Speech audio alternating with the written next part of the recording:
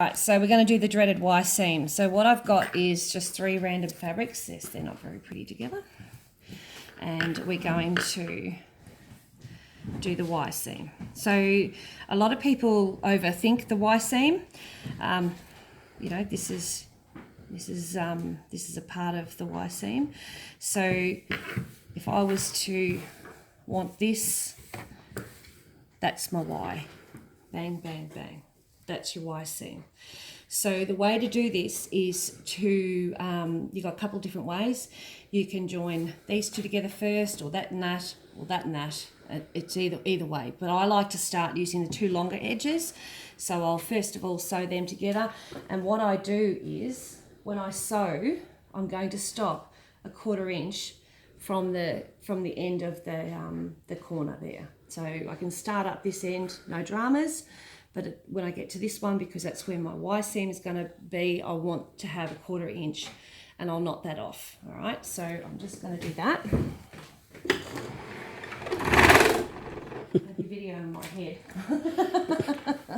Yeah, thanks. That's Michelle. Yeah, thanks. So I just make sure that these two are even and they sit flush. I don't really care about the other end at the moment because this is not going into anything, it's just for a demo. And I make sure that I pin there, and that's a 1/4 inch. I have a bit of an eye for a 1/4 inch. If you want to, you can measure it, you don't have to. But as long as you give yourself that 1/4 inch at the end there. So I'm just going to start halfway. My machine's at this knot off thing at the moment. I've got it set on a setting that I don't normally set it on. So once I get to here, I get close and I literally do 1 stitch at a time, and then I'll go backwards and then stop. Cut off. I'll just pop that away. And that gets those 2 joined like that, and I've got that end open. So there's a bit of a gap between the end. Now I want to pop that one in there because theoretically that should now sit nicely. You've got your 45-degree angles and they should all sit in nicely.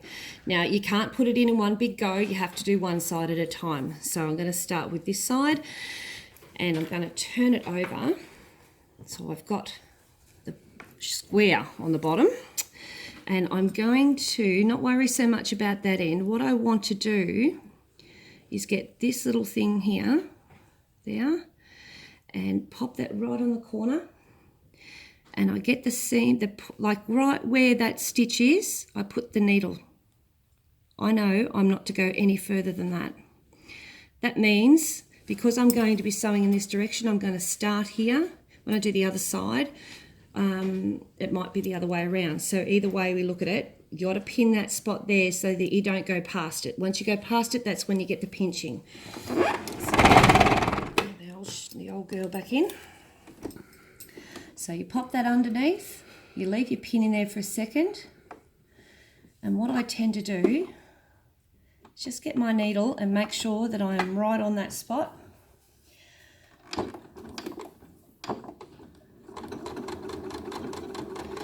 And then I just stitch along.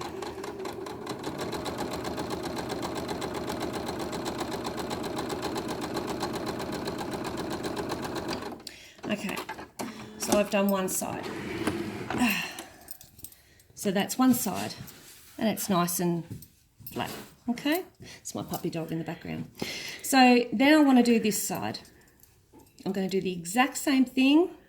I am going to get this one here and I'm going to fold it so that it sits parallel across there, and that gives me some room to fiddle with this little seam in the corner. This is where it gets a little bit tricky because now I've got 3 joins, 3 points of a join.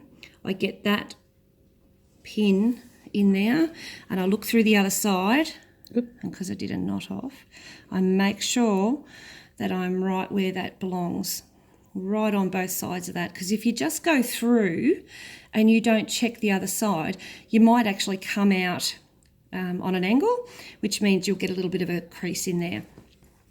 So then I'm going to pop it down. I really just didn't measure too well. And because this is a long seam, And I'm starting from the top so I don't get a crease by pushing.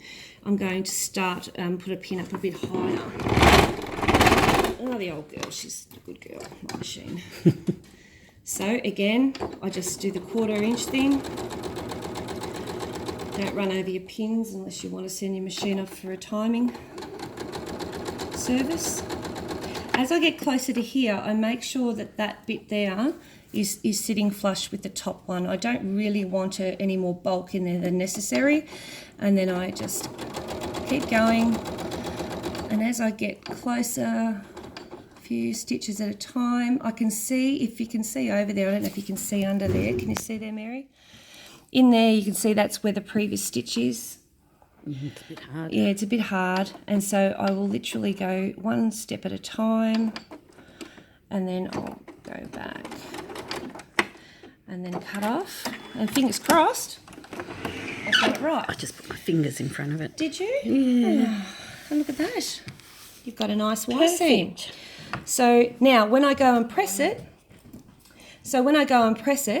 I actually try and flatten that bit out there in the centre.